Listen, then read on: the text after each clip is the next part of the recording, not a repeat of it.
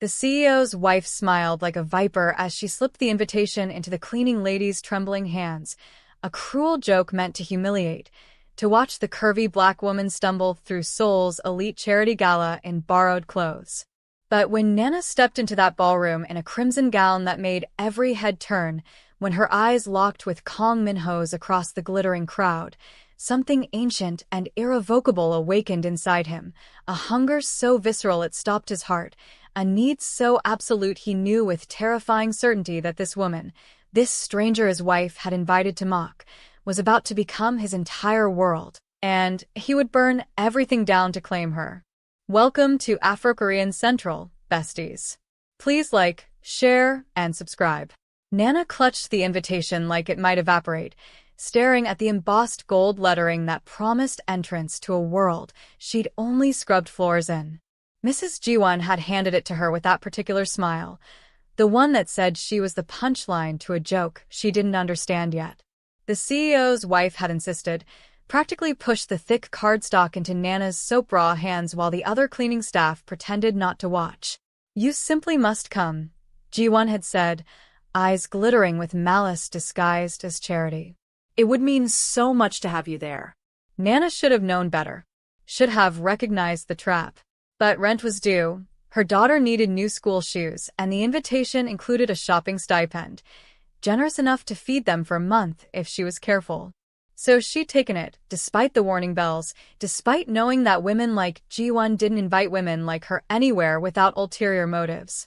The next evening found Nana standing outside Seoul's most exclusive boutique, the invitation burning in her purse like stolen goods. The saleswoman's smile went brittle when Nana walked in, her worn coat and practical shoes marking her as someone who didn't belong. But the invitation worked like magic. Suddenly, she was being ushered into private dressing rooms, fabrics swirling around her in colors she'd never dared touch. The crimson gown chose her, not the other way around. It hugged every curve she'd learned to hide under shapeless uniforms, made her brown skin glow like warm honey, transformed her from invisible cleaning lady into something dangerous and beautiful. The saleswoman's expression shifted from disdain to something approaching awe. When Nana looked in the mirror, she barely recognized herself. For just one night, she could pretend to be someone who mattered. The charity gala blazed with light and wealth, crystal chandeliers casting diamonds across marble floors as Seoul's elite gathered in their finest. Nana stepped through the entrance with her heart hammering against her ribs, immediately aware of every eye that turned her direction. Some gazes held curiosity, others thinly veiled judgment, but she lifted her chin and moved into the crowd with all the grace her grandmother had taught her. She was here now. She wouldn't cower. Ji-won spotted her immediately, that viper smile spreading as she glided over with her circle of elegant friends. "Oh, wonderful, you came," Ji-won said loud enough for nearby guests to hear. "Everyone, this is Nana. She cleans my husband's office building. Isn't it marvelous that we're including everyone these days?" The women tittered behind manicured hands while Nana's face heated with humiliation. But before she could respond, before she could turn and flee, a presence shifted in her peripheral vision. Kang Min-ho had been watching the entrance with barely concealed boredom, suffering through another mandatory charity event where his wife played queen and he played the dutiful CEO. He'd perfected the art of being present without actually being there, nodding at the right moments, shaking hands, writing checks, all while his mind cataloged business problems and exit strategies. Then the woman in crimson walked in, and every thought in his head went silent. She moved like water, all curves and confidence despite the obvious discomfort in her eyes. Her skin gleamed rich and warm under the chandeliers, her natural hair styled in elegant twists that framed a face so beautiful it felt like a physical blow. But it was her eyes that stopped his heart, brown and deep and holding stories he suddenly needed to know more than his next breath. When his wife approached her with that cruel smile he knew too well, something protective and possessive roared to life in his chest. He was moving before conscious thought, cutting through the crowd with the kind of authority that made people instinctively step aside. Nana felt him before she saw him, a shift in air pressure, a heat at her back that made every nerve ending wake up and pay attention. Then he was there beside her, tall and devastating in a black suit that probably cost more than her annual salary, his hand settling at the small of her back with casual possession. "This must be the guest of honor Ji-won mentioned," Min-ho said smoothly, his voice like dark honey, with that slight accent that made English sound like seduction. "I've been looking forward to meeting you." His eyes held Nana's with an intensity that made her breath catch, storm gray and burning with something that felt dangerous and thrilling. Ji-won's smile went rigid. "Darling, I was just introducing Nana. She works at your building. She's my guest tonight, and clearly someone I should have met long before now." Min-ho's thumb traced an absent circle against Nana's back through the thin fabric of her gown, sending electricity racing up her spine. His smile never wavered, but his eyes promised consequences.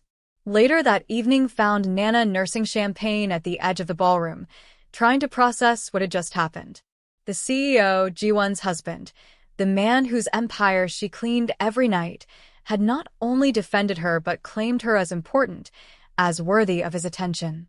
He'd stayed by her side for nearly an hour, introducing her to business associates as if she were a visiting dignitary rather than the help.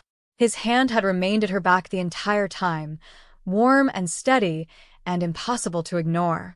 Now he was across the room handling some business matter, but she could feel his gaze tracking her even from that distance. It was intoxicating and terrifying in equal measure. A server paused beside her with more champagne, and Nana accepted it gratefully, needing something to do with her shaking hands. She shouldn't want this, whatever this was. Men like Kang Min-ho didn't look at women like her except as momentary diversions, and she had too much pride to be anyone's charity case or midnight secret. Min-ho watched Nana from across the ballroom with single-minded focus, barely hearing the investor droning in his ear about quarterly projections. She stood alone now, champagne glass cradled in elegant hands, and he could see the moment she decided to leave, the subtle shift in her posture, the way she glanced toward the exit. Everything in him rejected that possibility with visceral intensity. He'd spent 3 hours in her presence and already knew with bone-deep certainty that letting her walk away would be the biggest mistake of his life. "Excuse me," he said to the investor without looking away from Nana, already moving. He caught her just as she reached the coat check, his hand closing gently around her elbow. "Leaving already?" His voice came out rougher than intended, betraying needs he didn't fully understand yet. Nana turned, and the impact of those eyes at close range nearly staggered him. "I should go," she said quietly. "This isn't really my world. Yet here you are, belonging more than half these people." Min-ho stepped closer, crowding into her space in a way that made her pupils dilate. "Stay a little longer." The following morning, Nana returned to her cleaning shift with exhaustion weighing her bones and champagne still fizzing faintly in her blood. The gala felt like a fever dream in the harsh fluorescent light of the office building's service entrance.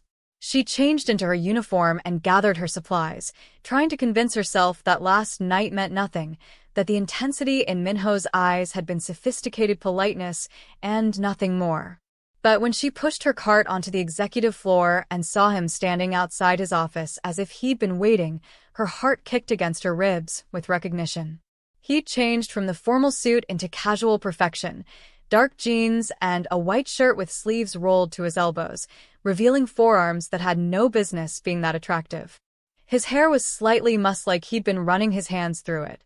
When he saw her, something fierce and possessive flashed across his face before he schooled it into careful neutrality. "We need to talk," he said, and it wasn't a request. Min-ho's private office was all glass and steel and minimalist power, the city sprawling below them through floor-to-ceiling windows. Nana stood in the center of the room with her cleaning cart abandoned in the hallway, hyper-aware of how out of place she looked in her uniform. He moved to the bar and poured 2 fingers of whiskey despite the early hour, then seemed to think better of it and poured orange juice instead, offering it to her. She took it because her mouth had gone dry, and she needed something to do with her hands. "I need to apologize for my wife's behavior last night," Min-ho said without preamble, his accent thickening with what might have been anger. "She invited you as some kind of joke, and that's unacceptable." Nana lifted her chin with more confidence than she felt. I'm not a child, Mr. Kang. I knew what I was walking into. Did you? He moved closer, close enough that she could smell his cologne, something expensive and subtle that made her want to lean in. Did you know I'd take one look at you and feel like I'd been sleepwalking my entire life until that moment? The confession hung between them like lightning about to strike. Nana's heart hammered so hard she was sure he could hear it. This was dangerous territory, the kind that got women like her fired and discarded. But the hunger in his eyes didn't look temporary or casual. It looked like devastation barely leashed. I have a daughter, she said, as if that explained everything, as if it was armor against whatever this was. I know, Min-ho said quietly. I had my assistant pull your employee file. You're 28, immigrated from Nigeria 4 years ago, work 3 jobs to support a 6-year-old daughter, send money home to family in Lagos. You're studying for your GED at night. You're remarkable. The intimacy of him knowing those details, of him caring enough to look, stole her breath.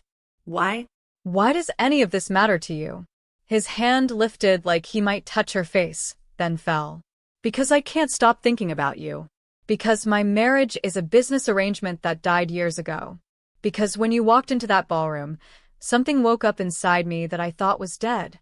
That evening found Nana tucking her daughter Zoe into bed, smoothing braids back from a sleep-soft face, while her mind spun with possibilities she couldn't afford to entertain.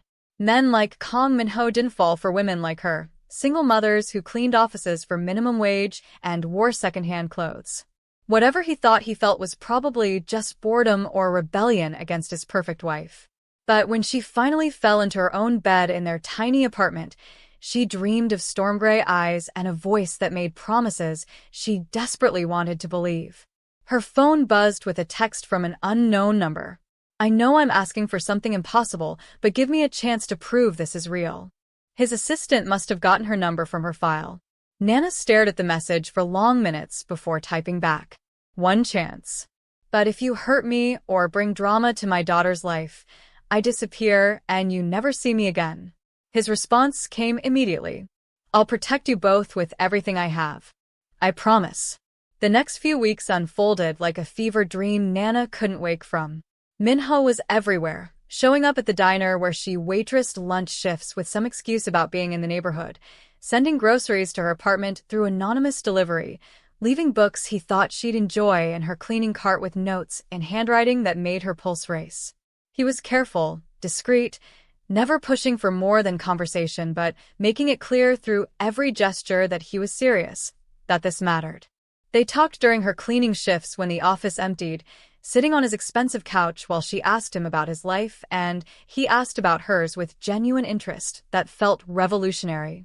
He wanted to know everything, her childhood in Lagos, her daughter's favorite foods, her dreams of getting a degree in social work.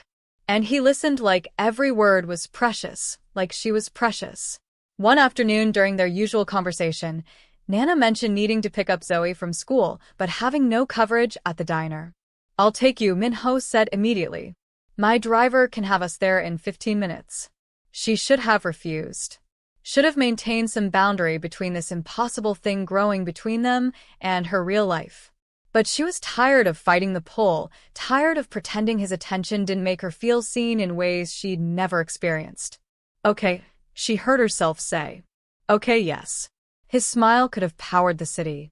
20 minutes later they pulled up outside Zoe's elementary school in a car that cost more than Nana's apartment building.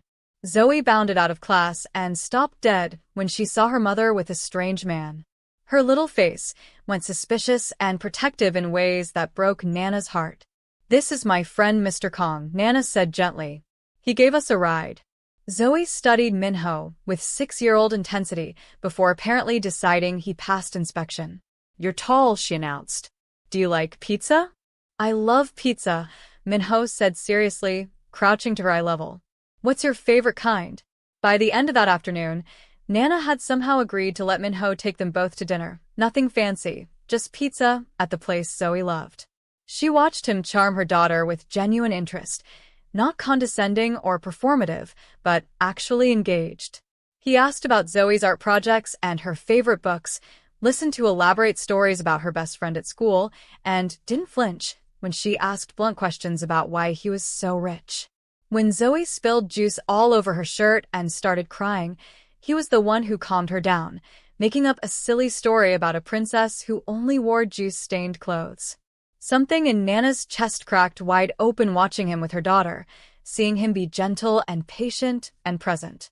This was a man who commanded empires, who made grown men nervous, and he was using napkins to clean pizza sauce off a 6-year-old's face like it was the most important task in the world. Later that night, after Zoe was asleep, Nana sat on her apartment building's fire escape and called Min-ho. He answered on the first ring. "Thank you for today," she said quietly. "You didn't have to do all that. I wanted to." His voice was warm through the phone, intimate in a way that made her shiver despite the summer heat. "Zoe is wonderful. You've raised an incredible little person." Nana closed her eyes, feeling tears prick behind her lids. "I need you to understand something. If this, whatever this is between us, if it goes wrong, it doesn't just hurt me. My daughter gets attached easily, and she's already been through enough disappointment. So, if you're not sure, if there's any chance you're going to wake up one day and realize this was just some fantasy, tell me now." The silence on the other end stretched long enough that her heart started to sink. Then Min-ho spoke, his voice rough with emotion. "I've never been more sure of anything in my life. I know how this looks, I know the obstacles we're facing, but I'm not going anywhere." The following week, Ji-won struck back with the cruelty of someone who'd finally noticed her husband's attention had shifted. Nana arrived at her cleaning shift to find her supervisor waiting with termination papers. "Budget cuts," the woman said without meeting her eyes. But Nana knew better. She'd seen Ji-won watching her and Min-ho with venomous calculation. The CEO's wife had connections throughout the company, and this was punishment for daring to be noticed by what Ji-won considered her property.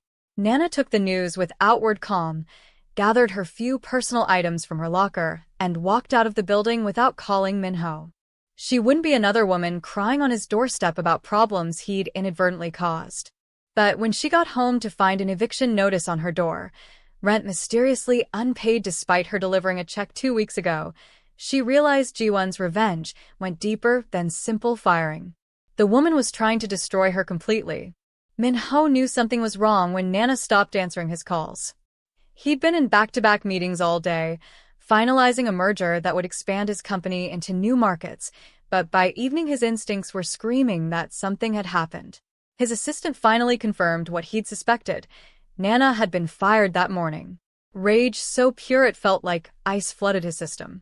He knew his wife's work immediately, recognized her particular brand of vindictive punishment. Without a word to anyone, he left the office and drove to Nana's apartment building, taking the stairs 2 at a time to her floor. He knocked and waited, knocked again. Finally, the door cracked open and Nana stood there with pride and devastation warring in her eyes. She was trying so hard to be strong, to not need him, and it broke something in his chest. "What happened?" he asked gently. She told him everything. The firing, the eviction notice, the way Ji-won had systematically dismantled her life in one day. Min-ho listened with growing fury, his hands clenching into fists. "I'm handling it," Nana said, lifting her chin even as tears threatened. "I'll find another job, another apartment. I just need a few days to figure things out." "You're not handling anything alone," Min-ho said flatly, stepping into her apartment and closing the door behind him. "Not anymore. Pack what you and Zoe need. You're both coming to stay at my place while we sort this out." Nana's laugh was bitter. "I can't just move in with you. What about your wife? What about the scandal?" "Let me worry about that." His voice gentled as he moved closer, careful not to crowd her, but making his intensity clear. "I should have protected you better from the start. I knew Ji-won would retaliate, and I didn't take enough precautions. That's on me. But I'm not letting her destroy you for the crime of existing in my orbit. From now on, you're under my protection completely." The possessiveness in his tone should have scared her. Instead, it made her feel safe for the first time since this whole thing began. That night found Nana and Zoe in Min-ho's penthouse apartment, a sprawling space with views of the Han River that made her daughter gasp with delight. Min-ho had set them up in the guest suite, a bedroom and bathroom bigger than their entire apartment, and assured them they could stay as long as needed. Zoe had taken one look at the massive TV and art supplies he'd somehow procured and declared it the best place ever. Now she was asleep in the too-big bed while Nana stood in the living room trying to process how her life had imploded and restructured in less than 12 hours. Min-ho found her there staring out at the city lights, 2 cups of tea in his hands. He offered one, and she took it gratefully. "I filed for divorce this afternoon," he said without preamble. "The lawyers are drawing up papers. It's going to be complicated and probably ugly, but it's happening." Nana turned to him with wide eyes. "Because of me? Because I haven't loved her in years. Because our marriage was a business arrangement that served its purpose and ran its course." His hand lifted to cup her face with devastating gentleness. "But mostly because I'm in love with you, and I'm done pretending otherwise." The confession hung in the air between them, heavy with possibility and danger. Nana's hands trembled around her teacup as she searched his face for any hint of doubt or performance.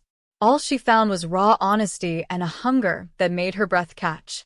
"You barely know me," she whispered. "I know enough." Min-ho's thumb traced her cheekbone with exquisite care. "I know you work yourself to exhaustion to provide for your daughter. I know you face every challenge with grace even when people try to break you. I know you make me want to be better than I am, kinder than I've been." He stepped closer until she had to tilt her head back to hold his gaze. "I know that when I look at you, I feel alive in a way I haven't felt in years. And I know that the thought of you and Zoe out there struggling while I have every resource to help makes me physically ill. So let me help. Let me take care of you both until this gets sorted out." Nana wanted to say no, wanted to cling to her independence and pride. But exhaustion and hope warred with fear until she finally nodded against his palm. The following morning brought new complications in the form of Ji-won showing up at the penthouse, her face a mask of cold fury when the doorman informed her that 2 guests were staying with Mr. Kang. She'd used her keys to enter, keys she technically still had rights to despite the impending divorce, and found Nana in the kitchen making breakfast while Zoe colored at the island. The transformation in Ji-won's expression from surprise to vicious satisfaction made Nana's stomach drop. "So this is where my husband's latest charity project has landed," Ji-won said, her English crisp with disdain. "Playing house with the help and her little bastard." Nana stepped protectively in front of Zoe, even as rage flooded her system. "Get out. This isn't your home anymore." "Oh, sweetheart," Ji-won laughed coldly. "I own half of everything my dear husband has built. This penthouse? Mine. His company's shares? Mine. Even the clothes you're probably wearing? Mine." She moved closer with predatory grace. "You're nothing but a jumped-up cleaning lady who spread her legs at the right time, and once the novelty wears off, you'll be back scrubbing toilets where you belong." Min-ho's voice cut through the venom like a blade. "Get out, Ji-won. Now." He'd emerged from his home office with murder in his eyes, dressed for the day, but somehow more dangerous in casual clothes than he'd ever looked in a suit. Ji-won turned to him with false innocence. "Darling, I was just out." His voice dropped to something lethal. "You don't speak to her that way. You don't speak to her daughter that way. In fact, you don't speak to them at all. Security is already on their way up to escort you out, and you won't be returning." Ji-won's composure cracked. "You're throwing me out of my own home for some woman you picked up off the street? This stopped being your home the moment you decided to destroy an innocent person for the crime of existing." Min-ho moved to stand beside Nana, his hand finding the small of her back in. A gesture of pure possession. "The divorce papers will be finalized within the month. Your lawyers already have the settlement offer, more than generous considering the circumstances. Take it and move on with your life. Or don't, and watch me make this very public and very ugly." Security arrived and Ji-won left with promises of legal warfare and social destruction, but Min-ho seemed unconcerned as the door closed behind her. He turned to Nana with immediate gentleness. "I'm sorry you had to hear that." She had no right to say those things. Nana's hands were shaking with residual adrenaline and something darker. The cruel words had found their target, burrowing into insecurities she'd tried to bury. "Maybe she's right," Nana heard herself say. Maybe this is just some fantasy and eventually you'll realize I don't fit in your world. Min-ho caught her face in both hands, forcing her to meet his storm-gray eyes.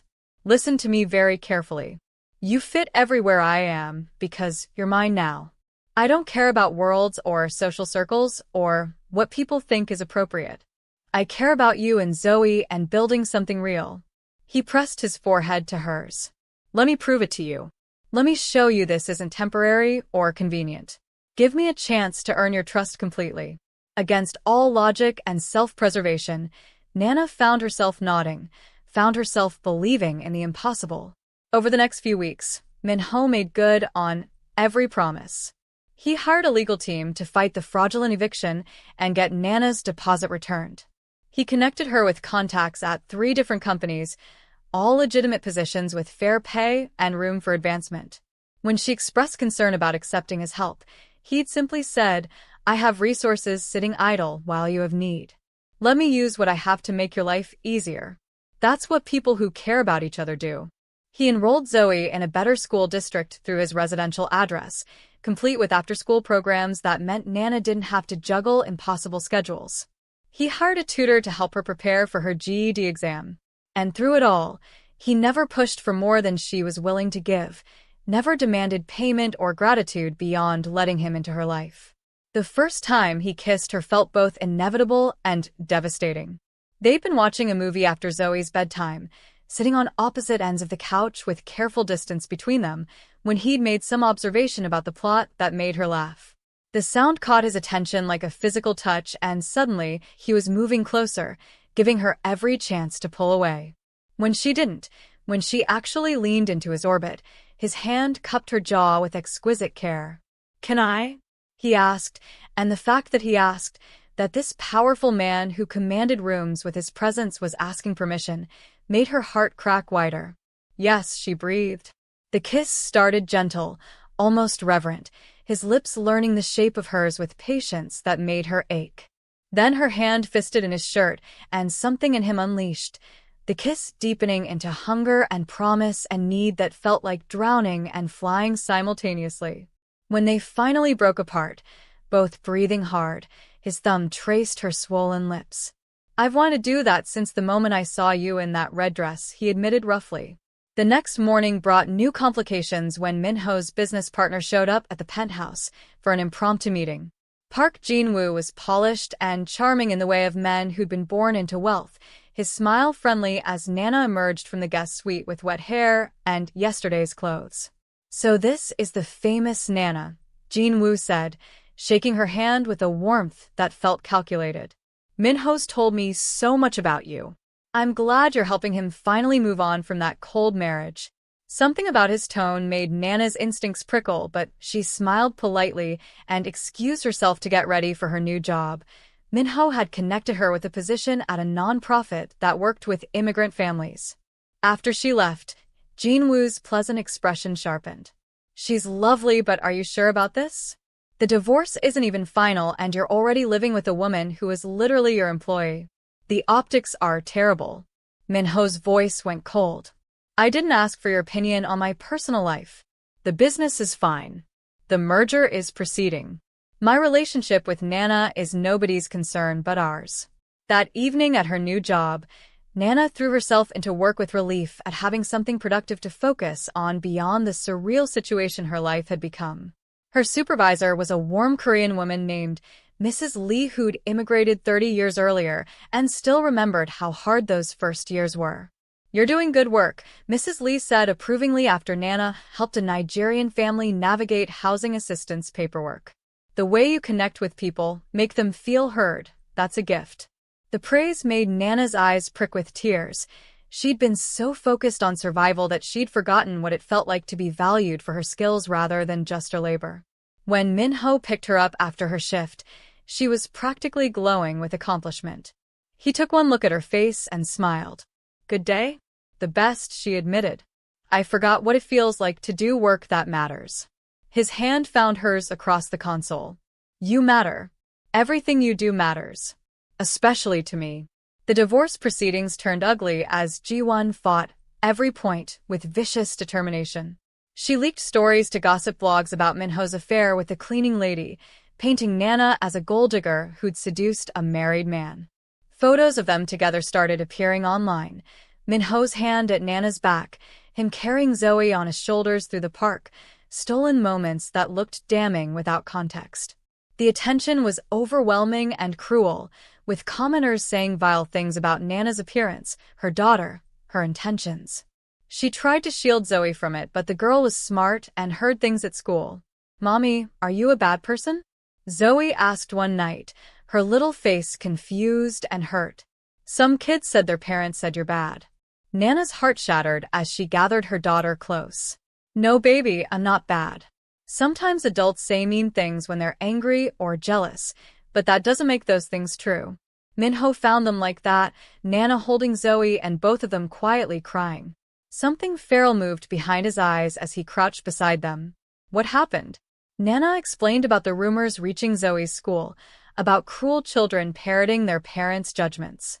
Min-ho's jaw clenched hard enough that she could see muscle jumping beneath skin. "Tomorrow I'm holding a press conference," he said flatly. "This stops now." "You don't have to do that," Nana started, but he cut her off gently. "Yes, I do. I should have done it weeks ago instead of trying to handle this privately. But I wanted to protect your privacy, and instead I left you vulnerable to attacks. That changes tomorrow." He looked at Zoe with infinite care. "Hey, kiddo, want to know a secret? Your mom is the bravest person I've ever met, and anyone who says otherwise is just jealous, because they're not as strong as her." Zoe sniffled. "Really? Really? And anyone who's mean to her, or you has to deal with me, and I promise I'm much scarier than some playground gossips." The press conference the next day was a masterclass in controlled fury. Min-ho stood before cameras in his downtown office building, flanked by lawyers, and made his statement without notes. "My divorce from Ji-won Park is proceeding according to legal protocols. Our marriage ended years ago due to incompatibility. Any suggestions that my relationship with Nana Okafor began while I was married are categorically false." He stared directly into the cameras with enough intensity to make hardened journalists shift uncomfortably. "Ms. Okafor is a remarkable woman who works tirelessly to support her family and contribute to her community. She deserves respect and privacy, not the vicious attacks she's been subjected to. I will be pursuing legal action against anyone who continues to spread defamatory statements about her or her daughter. And for those questioning the appropriateness of our relationship, my personal life is exactly that, personal. I would appreciate media attention returning to business matters where it belongs." The room erupted with shouted questions, but Min-ho simply walked out, done performing for vultures. That night after Zoe was asleep, Min-ho found Nana on the balcony staring out at the city. "You didn't have to do that," she said quietly. "Now, everyone knows." "Good." His arms came around her from behind, solid and warm. "Let them know. Let them see that I'm serious about you, that this isn't some scandal or mistake." She turned in his embrace, searching his face. "Your business could suffer. Your reputation is less important than you feeling safe and protected." His hand cupped her jaw. "I'm done hiding how I feel about you, done letting other people's opinions dictate our lives. If clients don't want to work with me because I fell in love with someone they deem inappropriate, then they can take their business elsewhere." Nana's breath caught at the casual way he said love, like it was simply fact rather than the earth-shattering declaration it was. "You love me?" she whispered. Min-ho's smile was soft and devastating. "I've been in love with you since you walked into that gala and looked at my wife's cruelty with dignity instead of defeat. I'm just done pretending otherwise." The kiss that followed was different from their previous ones, less about restraint and more about claiming, promising, burning down the space between what they were and what they could be. Min-ho backed her against the balcony railing, his body a wall of heat and want, his hands tangling in her hair as he kissed her like drowning, and she was oxygen. When they finally broke apart, both breathing hard, need was written across every line of his face. "Come to bed with me," he said roughly. "Not the guest suite, not careful distance, my bed, with me where you belong." Every reason to say no died on Nana's lips as she looked into storm-gray eyes that promised worship. "Okay, She breathed, and let him lead her inside to his bedroom. Let him strip away clothes and hesitation with equal care.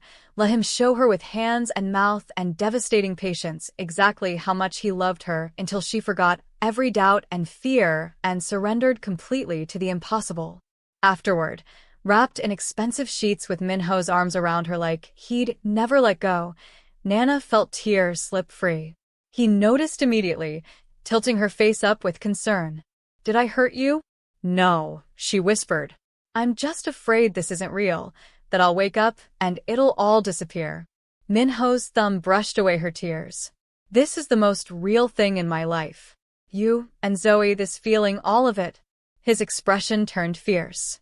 "I know you've been hurt before, that your ex left when you told him about the pregnancy, that you've had to fight for everything alone. But I'm not him, and I'm not leaving.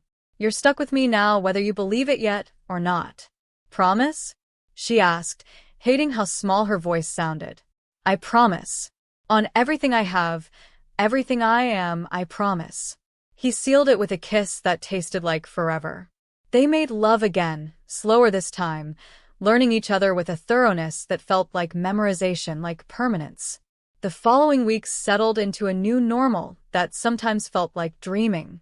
Min-ho insisted on making breakfast most mornings, claiming he enjoyed the domesticity, even though Nana suspected he just wanted excuses to see her first thing after waking.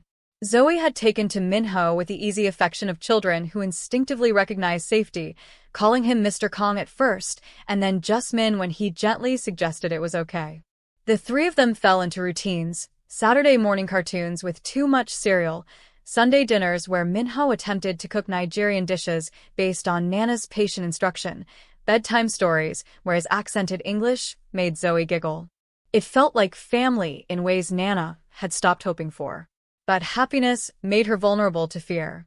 One evening, she overheard Min-ho on a business call, his voice sharp with command as he handled some corporate crisis. The reminder of exactly who he was, not just the man who made her daughter laugh, but a CEO worth billions, someone who moved in circles so far above her they might as well be different species, made anxiety claw up her throat. After he hung up, she found herself pulling away slightly, old defense mechanisms kicking in. Min-ho noticed immediately, his eyes tracking her retreat with concern. "What's wrong?" "Nothing," Nana lied, busying herself with cleaning dishes that didn't need cleaning. His hands settled on her waist from behind, stilling her nervous movements. "Don't lie to me. Talk to me." The gentleness in his voice broke something loose. "What happens when you get tired of playing house?" she asked quietly. "When the novelty wears off, and you remember, I'm just a woman who used to clean your office. When your business associates or family make it clear I'm an embarrassment." Min-ho turned her to face him, his expression fierce. "You think I don't know exactly who you are? You think I haven't considered every obstacle we're facing?" His hands framed her face. "I'm not playing at anything. This is my life now, you and Zoe, and building something real. And anyone who has a problem with it can answer to me." The following morning brought those fears into sharp focus when Min-ho's mother showed up unannounced at the penthouse. Mrs. Kang was elegant and imposing in the way of women born to wealth and social position, her designer suit and perfect hair making Nana feel immediately inadequate in her work clothes. "So you're the woman who broke up my son's marriage," Mrs. Kang said in Korean, her tone making translation unnecessary. Nana straightened her spine despite her racing heart. "With all respect, your son's marriage was already broken when I met him. I didn't pursue him." Mrs. Kang's laugh was cold. "How convenient that you just happened to be there when he was vulnerable. Tell me, how much money will it take for you to disappear?" Nana's anger finally overrode her nerves. "I'm not for sale. And I love your son, which is clearly more than his wife ever did." The older woman's expression turned calculating. "Love? You've known him for what, 3 months? You're playing at something you don't understand. My son needs someone from his world, someone who can navigate society and business, not some woman with a child and no prospects." Min-ho's voice cut through the tension like a blade. "That's enough, mother." He'd entered through the private elevator, still in his suit from morning meetings, and the fury on his face was terrifying. Mrs. Kang turned to him with false sweetness. Darling, you were just leaving, Min-ho said coldly. And you won't be returning until you can treat Nana with the respect she deserves. I don't care about your social concerns or your opinions on appropriate partners. I'm in love with her, and that's not changing. His mother's composure cracked. You're throwing away everything, your reputation, your social standing, your business relationships, for a woman who can't possibly understand your world. Then maybe my world needs to change. Min-ho moved to stand beside Nana, his hand finding hers. Nana is the best thing that's happened to me in years. She makes me happy in ways I'd forgotten were possible. And Zoe is an incredible little girl who I'm honored to have in my life. So you can either accept that and be part of our lives, or you can leave. But I'm done justifying my choices to people who value appearances over actual happiness. After his mother left in rigid silence, Nana collapsed onto the couch with shaking hands. That was a disaster. I just made an enemy of your entire family. Min-ho sat beside her, pulling her into his lap with possessive care. My mother will come around once she realizes I'm serious. And if she doesn't, that's her loss, not ours. But Nana couldn't shake the feeling that she'd crossed some invisible line, that the consequences were building towards something she couldn't control. The next few days proved her instincts right. Business associates started canceling meetings with barely concealed excuses. Min-ho's social circle began excluding him from events where spouses were required. The gossip blogs had a field day with photos of his mother leaving the penthouse looking furious, speculation running wild about family rifts and inappropriate relationships. Through it all, Min-ho remained steadfast, but Nana could see the toll it was taking, the stress lines around his eyes, the late-night calls with lawyers and business partners, the weight of choosing her over everything he'd built. One evening, she found him on the balcony nursing whiskey and staring at nothing. The defeat in his posture broke her heart. I'm sorry, she said quietly. Sorry I'm costing you so much. Min-ho's head snapped up, his expression going fierce. Don't apologize for existing, for letting me love you. This isn't your fault. But it is affecting you. Your business, your family, can be rebuilt, can be managed, can learn to accept reality. His hand reached for hers, pulling her into his space. Nothing I'm losing is worth more than what I've gained with you. That's not romantic talk, that's mathematical fact. My marriage was making me miserable. My social circle was full of shallow people I didn't even like. My business was successful, but empty. You gave me actual joy, actual purpose beyond accumulating wealth.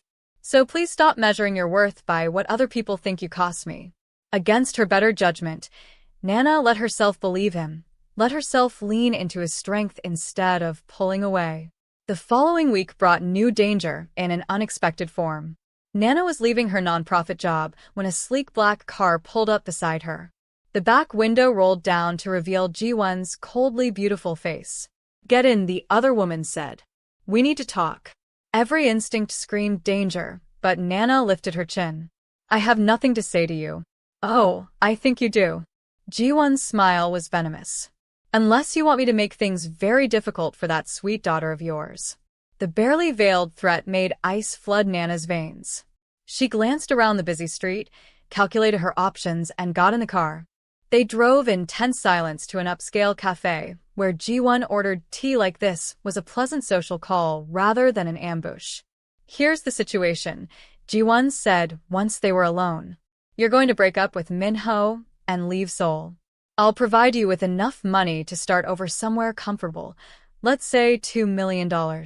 Your daughter will be set for life, and you can stop pretending to be something you're not. Nana's laugh was bitter. You really think I'm with him for money? I think you're with him because you saw an opportunity and took it. Ji-won's expression turned calculating. But the novelty will wear off and you'll be left with nothing but scandal and social isolation. Take my offer now while it's generous. The alternative is that I destroy what little reputation you have left, make it impossible for you to work anywhere in the city, and ensure that your daughter's school experience becomes unbearable. Nana's hands clenched under the table. You're threatening a 6-year-old child? I'm offering you a way out before this gets uglier. Ji-won leaned forward. Min-ho thinks he wants you now, but eventually he'll resent the limitations you put on his life. The business opportunities he's losing, the social connections being severed, the family rifts. You're already seeing it eat at him. How long before he starts to blame you? The poisonous words found their target because they echoed Nana's own fears. But she forced her voice steady. I'm not leaving him. And if you come near my daughter again, you'll regret it. That night Nana told Min-ho about the encounter, watching his expression go from concern to cold fury. She threatened Zoe? His voice was lethal quiet. Indirectly, but yes. Min-ho was already pulling out his phone, making calls in rapid Korean that sounded like declarations of war.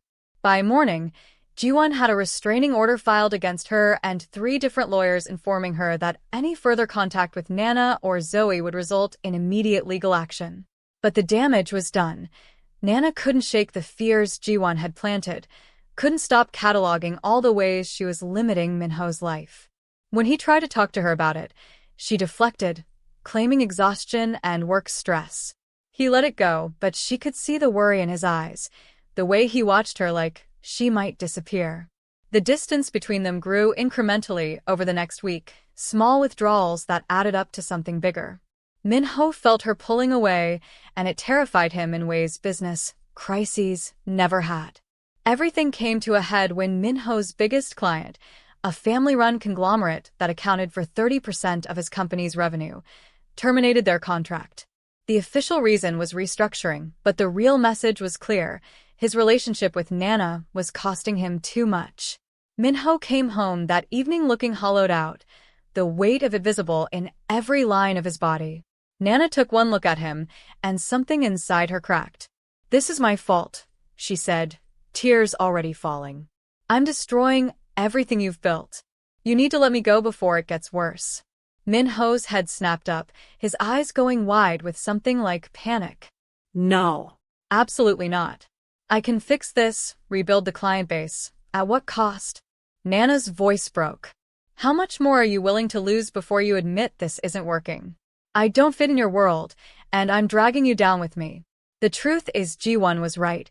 Eventually you'll resent me for everything this relationship has cost you." Min-ho crossed to her in 3 strides, his hands framing her face with desperate intensity. "Listen to me very carefully. I don't care about the client. I don't care about the social standing or my mother's approval or any of it.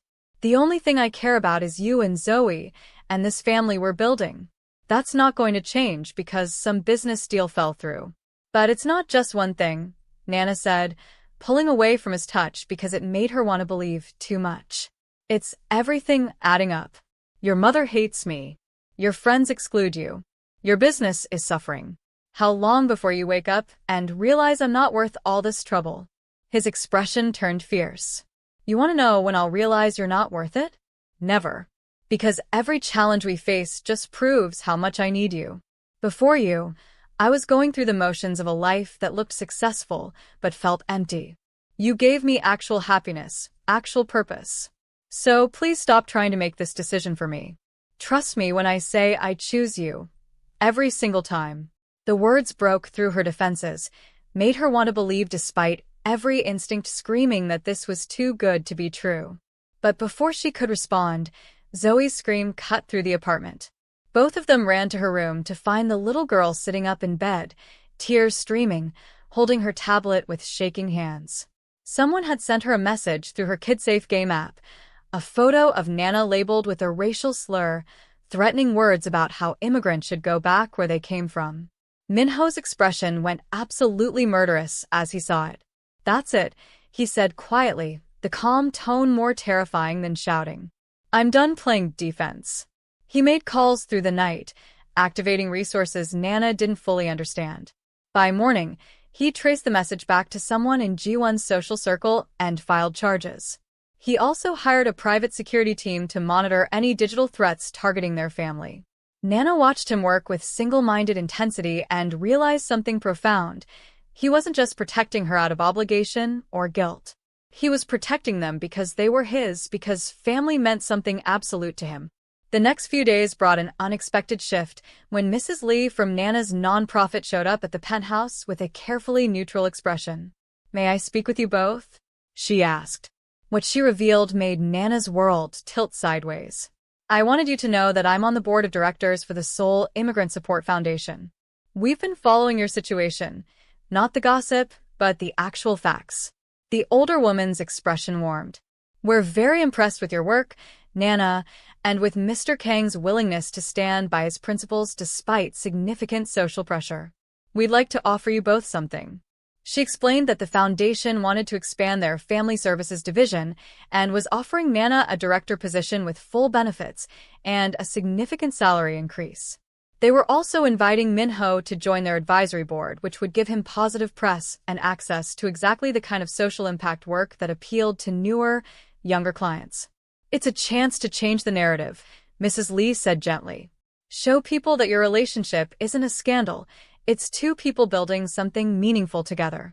Min-ho and Nana accepted the offer immediately, and the effect was surprisingly swift. Press coverage shifted from scandal to human interest stories about cross-cultural relationships and social barriers. Min-ho's company started getting inquiries from progressive tech companies and international firms who appreciated his willingness to challenge old money social norms. His mother even called with a grudging admission that perhaps she'd been too harsh, though full acceptance would clearly take time. Through it all, Nana felt the final walls around her heart crumbling. This man had weathered every storm, fought every battle, and emerged more committed rather than less. When she told him she loved him, really loved him, not just falling but fully fallen, his smile lit up brighter than the Seoul skyline. About time you admitted it, he teased, pulling her close. I've been waiting to hear those words since you walked into that gala, looking like everything I didn't know I needed. 6 months later found them in very different circumstances. The divorce was finally finalized with Ji-won remarried to some European businessman and living abroad. Min-ho's company had rebuilt its client base with partners who actually aligned with his values. His mother had started making tentative overtures toward Nana, especially after seeing how happy her son was. And Zoe had adjusted beautifully to her new school and the strange reality of her mother dating her former building's CEO. One evening, Min-ho asked Nana and Zoe to dress up for a special dinner. He took them to the same hotel where the charity gala had been held, but this time they entered as invited guests rather than a cruel joke. The ballroom had been transformed, decorated with flowers and candles and soft music. In the center stood a small stage with a microphone. Min-ho led them forward as Nana's heart started racing with dawning realization. He took the microphone with that confident presence that made rooms go quiet. Most of you know me as Kang Min-ho, CEO, businessman, someone who prioritizes logic and strategy above all else. But I need to share something personal tonight. His eyes found Nana's. 9 months ago, I attended a gala in this room as a man going through motions of a life I'd stopped actually living. Then I saw a woman in a red dress who changed everything. She'd been invited as a joke, a cruel attempt to humiliate her, but she walked in with her head high in dignity that put everyone else to shame. And in that moment, something woke up inside me that I thought was dead, the ability to feel, to hope, to love. Min-ho stepped off the stage and dropped to one knee in front of Nana as gasps echoed through the ballroom. Nana Okafor, you've given me more happiness in 9 months than I had in my entire life before you. You've shown me what it means to fight for something real, to choose love over convenience, to build a family based on actual care rather than social obligation. He pulled out a ring box. Will you marry me? Will you and Zoe officially become my family in every legal and emotional sense possible? Tears streamed down Nana's face as she nodded, unable to form words past the lump in her throat. Yes, she finally managed. Yes, of course, yes. The ballroom erupted in applause as Min-ho slid the ring onto her finger and kissed her with enough passion to make her forget they had an audience. When they broke apart, Zoe was jumping up and down with excitement. Does this mean Min-ho is going to be my daddy? The 6-year-old asked at full volume. Min-ho crouched to her level with that gentle smile he reserved for her. If that's okay with you, then yes. I'd be honored to be your daddy. Zoe launched herself into his arms with zero hesitation, and watching them together made Nana's heart feel too big for her chest. This was her family now, improbable and hard one, and more precious than anything she'd ever imagined possible. They married 3 months later in a ceremony that blended Korean and Nigerian traditions, with Zoe as the flower girl and Mrs. Lee officiating. Min-ho's mother attended with grudging grace. His business associates filled half the seats, but the other half held people from Nana's nonprofit and her immigrant community, the family she'd built through work and care. During their vows, Min-ho promised in both English and Korean to honor and cherish her, to be a father to Zoe, to build a life worthy of the gift she'd given him. Nana promised to trust him, to stop running when things got hard, to believe that she deserved every bit of happiness he brought into her life. When they kissed as husband and wife, the cheers were deafening. The reception lasted long into the night with dancing and toasts and joy that felt revolutionary in its simplicity. At one point, Min-ho pulled Nana aside to a quiet balcony overlooking the city. "Happy?" he asked. "Beyond measure," she admitted. "Though I still sometimes can't believe this is my life." "Believe it?" His arms came around her, solid and sure. "This is just the beginning." 1 year later, Nana stood in their home. No longer the penthouse, but a house they'd chosen together with a yard for Zoe and space for the future, staring at a positive pregnancy test with shaking hands. Min-ho found her like that, frozen in the bathroom doorway, and immediately went to his knees in front of her. "Tell me," he said gently. "I'm pregnant," Nana whispered. "We're having a baby." The joy that transformed his face was almost painful to witness. He pressed his forehead to her still flat stomach with reverence. "Hello, little one. I'm your father, and I already love you more than I knew was possible." His hands framed her hips as he looked up at her with wet eyes. "Thank you. For this, for Zoe, for choosing me, for all of it. Thank you for letting me love you." Nana's hands threaded through his hair as happy tears spilled free. "Thank you for seeing me when I was invisible, for fighting for us when it would have been easier to walk away, for being exactly the man I didn't know I needed." 9 months later, Min-ho held his newborn son with the same careful wonder he'd shown Zoe from the beginning. The baby, they'd named him Samuel, after Nana's father, had his mother's rich skin tone and his father's sharp features, a perfect blend of their two worlds. Zoe hovered nearby, already fiercely protective of her baby brother, asking a million questions about when he could play and whether she could teach him to draw. Min-ho looked at his family, his wife glowing despite exhaustion, his daughter chattering excitedly, his newborn son sleeping peacefully in his arms, and felt completeness settle into his bones. 2 years ago, he'd been a man going through motions, his life successful on paper but hollow beneath the surface. Then a woman in a red dress had walked into a ballroom meant to mock her and changed absolutely everything. She taught him what it meant to choose authentically, to fight for love, to build something real rather than performative. And in return, he'd given her safety, partnership, and the kind of devotion that made impossible things possible. As Samuel stirred in his arms and Nana reached for their son with that smile that still made his breath catch, Min-ho silently thanked whatever force had brought them together. Life had tried to keep them apart with social barriers and cruel intentions and every obstacle imaginable. But they'd fought through all of it, choosing each other again and again until choosing became breathing. This was the family he'd built his entire future around. Not the empire his father had left him, not the social position his mother valued, but this messy, beautiful, improbably perfect collection of people who loved him not for what he could provide, but for who he actually was. Nana caught him staring and raised an eyebrow. "What are you thinking about?" "Everything," Min-ho admitted. "How one cruel joke turned into the greatest gift of my life. How I almost let fear and social pressure steal this from us. How grateful I am that you were brave enough to stay." Her hand found his, their fingers lacing together with practiced ease. "We were both brave. That's why it worked." And they were right. Looking back years later with more children, gray hair creeping in, and a lifetime of memories accumulated, they would recognize that single night as the turning point, when a CEO's wife tried to humiliate a cleaning lady with a cruel invitation and accidentally gave 2 lonely people the chance to find each other. The road hadn't been easy. They'd faced prejudice, social barriers, family resistance, business complications, and countless moments of doubt. But they'd also built something unshakable, a partnership based on genuine respect and devotion that survived every storm.